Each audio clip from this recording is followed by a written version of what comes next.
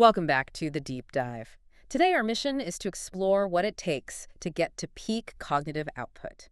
We've got a whole stack of sources here, research papers, formulation notes, all centered around one thing. Yeah, it's all about creating a daily use liquid nootropic. The goal they set was to get the user you completely and totally cognitively dialed. And that is a high bar. It really is. And the challenge, which is the sources lay out, wasn't just mixing a bunch of cognitive enhancers together.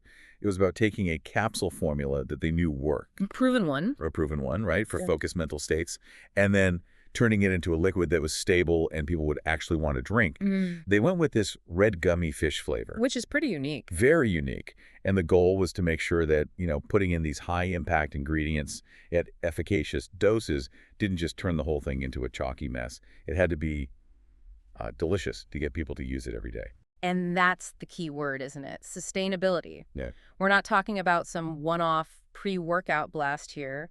We're really unpacking the chemistry of this whole blueprint. Exactly. The synergy between the ingredients. Yeah, the synergy, the surprisingly deep history behind some of these compounds, and also where that line is, the line between optimal and just, going way too far. The negative consequences. Exactly. So let's start with the foundation, the cognitive foundation. Okay, so the foundation really relies on stacking neurotransmitter precursors. First thing in there is tyrosine. Okay. And that's basically the raw material your body uses to make dopamine. Dopamine governs, reward, motivation. Then the catecholamines too, right? Adrenaline, noradrenaline. That's it. It manages that alertness and drive. And then to support that, we have alpha GPC. The sources really position this as maybe the most bioavailable form of choline out there. It is. And that's a very deliberate choice. It has to be. Because the data is pretty clear that most people are walking around, clinically deficient in choline. I've seen that. It's really hard to get from a modern diet, isn't it? It's incredibly hard. Choline is crucial for making acetylcholine. That's the neurotransmitter for memory, for learning. But unless you're, prioritizing foods like liver and eggs constantly, Which most people aren't. let's be honest, no. You're just not going to get enough. So alpha-GPC, it kind of cuts through that problem because it crosses the blood-brain barrier so effectively, it just delivers what the brain needs. Okay, so that foundation leads us to the output mechanism, the stimulant synergy. We've got caffeine and L-theanine. 200 milligrams of caffeine in this formula. Yep. What makes the L-theanine so vital? Is it just about avoiding the jitters? It's more than that. It fundamentally changes the quality of the stimulation. L-theanine actually increases your alpha brain waves. Okay, and what does that mean in practical terms? Well, alpha waves are not those, frenetic beta waves from panic or anxiety. Yeah. They promote a state of, relaxed wakefulness. It supports verbal fluency, concentration. So you're focal but calm. Exactly. You stack that with the 200 milligrams of caffeine, and you shift from this jittery, urgent feeling to a sustained flow state. It makes the caffeine feel clean, impactful, but clean. Which seems to be the entire philosophy here, recognizing that the dose that makes you anxious isn't that far off from the dose that works. Precisely. They deliberately avoided that 350, 400 milligram energy drink approach. It's just too high for most people for daily use. Okay, now let's get into the really unique stuff. The ingredients that made me do a double take. Let's start with uridine monophosphate. I've seen a lot of nootropic labels. This one is different. Uridine is a game changer, especially for people who feel like their stimulants aren't working anymore. Stimulant tolerance. Yeah. Its main job is enhancing your sensitivity to stimulants. So think about the person who drinks coffee all day, every day. Their brain has downregulated its dopamine receptors to cope. Right. It's protecting itself. It is. And the literature suggests uridine can help restore function in those tired dopamine neurons. It enhances the neurotransmission potential. So you're not adding more stimulants. You're basically restoring the factory settings on the receptors so you feel the stimulants you're taking again. That's a perfect way to put it. You feel that sharp impact from your regular 200 milligrams of caffeine again without having to just keep upping the dose forever. It's about restoration, not brute force. That's smart. Okay, next up. Saffron extract. This feels like the most unexpected ingredient in a cognitive drink. It's totally unique, but the science behind it is. It's genuinely striking. There are studies showing saffron is as effective as common pharmaceutical SSRIs. For depression and anxiety? For both, yeah. And the big win here is what it doesn't have, right? The side effects. Exactly. Saffron seems to get its mood benefits from, antioxidant activity, some dopaminergic effects, but in a much more benign way. So you get that real mood support without the user worrying about things like erectile dysfunction or anhedonia. Anhedonia, Yeah. that's the emotional muting, the Yeah. dampening of pleasure. Right. Which is a really common complaint with synthetic SSRIs. So having cognitive focus plus emotional resilience, Yeah. that's a powerful combination. Okay, last one in the main stack, huperzine A. How does this fit into the puzzle? Huperzine A is the other half of the acetylcholine story. So if alpha-GTC is the fuel, The precursor. right, then huperzine A is like the conservation specialist. It's an acetylcholine esterase inhibitor. It literally stops the enzyme that breaks down the acetylcholine you just made. So you're making more and you're losing less. It's that 1-2 punch. Provide the fuel and then stop it from being destroyed. You just prolong and heighten your cognitive capacity. It's a very comprehensive blueprint. It really is. But a stack like this, it requires incredibly precise dosing. Which brings us to a major point from the sources. The painful lessons they learned about going too hard. Oh yeah, this is a crucial cautionary tale.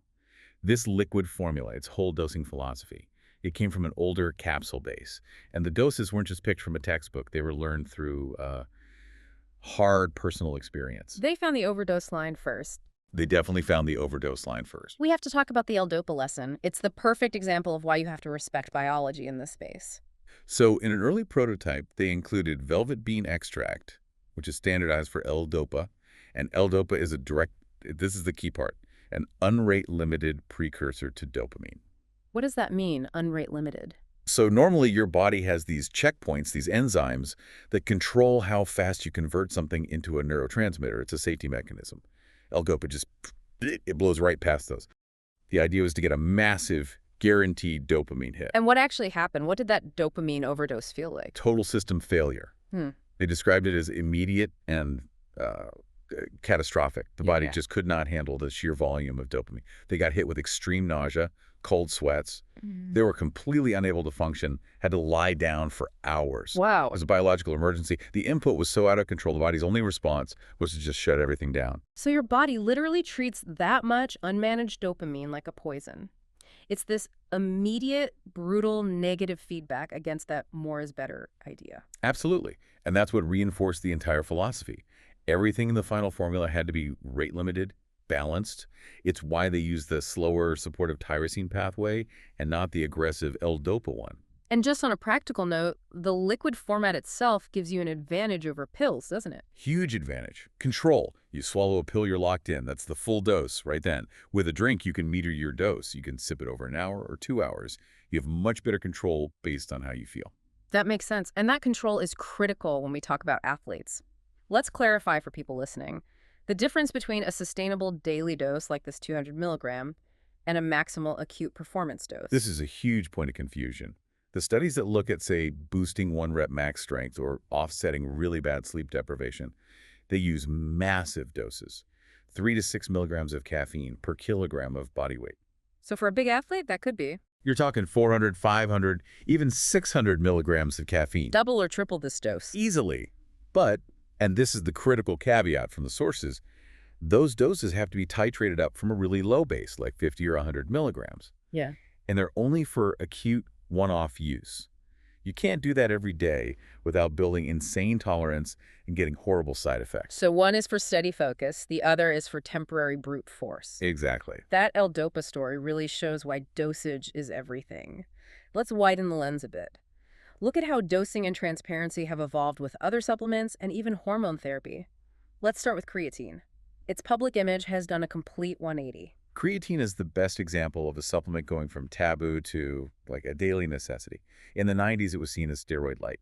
Kids would hide it from their parents because because it worked. It actually works, so it must be bad. Right. And now the conversation is about megadosing, 10, 20 grams a day to maximize efficacy. And we understand its benefits go way beyond just muscle now. Way beyond. We know it helps the brain, too. It offsets cognitive decline from lack of sleep or travel, mostly by helping with ATP production. But again, you have to be smart. You can't just jump to 20 grams on day one or you'll have major GI distress. And a quick note on the format. The sources mention creatine gummies. Yeah, they're just not practical for high doses. To get Okay. 15 or 20 grams, you'd have to eat like 15 or 20 gummies. You're just adding a ton of sugar and gelatin for no reason. Powder's still the way to go. Okay, so if we connect that history to the bigger picture of public health, we have to talk about the tragedy around hormone replacement therapy for women. This is critical context for how science can get things so wrong. It's a devastating chapter. Yeah.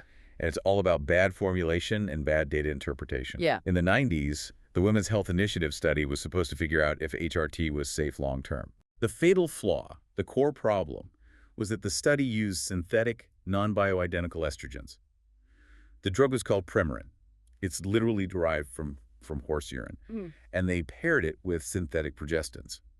These are not the compounds the human body makes. So they were testing an alien compound on women, not what their bodies actually produce. Correct. And the outcome was a media catastrophe. The study found a tiny increase in absolute risk, like maybe one extra negative event per 1,000 women. But the media and parts of the medical community spun this as a massive relative risk increase. They were throwing around numbers like a 26% increase. Which sounds terrifying. It caused mass hysteria immediately. And the consequence of that panic. Millions of women were either taken off their hormone therapy or were denied access to it for decades. This one flawed study led to these huge aggressive black box warnings on all HRT, denying women the proven benefits: cardioprotective, neuroprotective, bone integrity, all of it. The loss in quality of life must be just immense. Immense. The sources note the FDA is only now, decades later, finally starting to walk back some of those warnings as better science comes out. It's just... Yeah. It just underscores how important it is to look at the actual methodology of a study, not just the headline. And there's a related warning in the sources about some modern practices, right? With testosterone for women. Yes. While proper hormone optimization can be life-changing, there's a real risk from what the sources call cowboy docs. Practitioners who just prescribe way too high a dose of testosterone for women looking for better mood or libido. The danger is how fast the damage can be, and that it can be permanent. What kind of damage? You could see irreversible masculinization. Deepening of the voice, for example, can happen in a matter of weeks. It just shows that this stuff demands responsible, careful monitoring. So let's bring it all back to the supplement market. We've moved from those Wild West days to hopefully a new era of transparency. That transition is everything. Decades ago, it was all proprietary blends. You had products like Jack Third with undisclosed stimulants like DMAA in them, no oversight, and you had professional bodybuilders who were secretly on all kinds of steroids, but they were on magazine covers promoting some useless over-the-counter pill. That deception seems less common now, or at least less tolerated. Transparency is the new currency. When you have high-profile actors like Frank Grillo openly talking about being on TRT or using Anavar, it signals a huge cultural shift. The consumer is demanding to know what it actually takes. It makes the whole space safer. So we've covered a lot: the chemistry of uridine monophosphate, the history of HRT misinformation. What does this all mean for the listener? My final takeaway for you is this. Knowledge is everything in this world. Don't just follow anecdotes or trends you see online. You have to understand the mechanisms of action, prioritize sustainable dosing, and before you go all in on optimization, check your markers, check your hormone levels, your heart health. Proactive health management requires real, critical thinking. And that leads us to our final provocative thought. We've seen how decades of flawed science like that HRT study based on horse piss estrogen created a massive, unnecessary public health crisis. It denied millions of women real, tangible benefits out of fear. So what are you taking as settled fact today about your supplements, your health, or your performance that might be based on a similarly flawed, outdated study, a hammer solution that was never meant for long-term wellness? Go do the deep dive yourself. Dare to question the facts.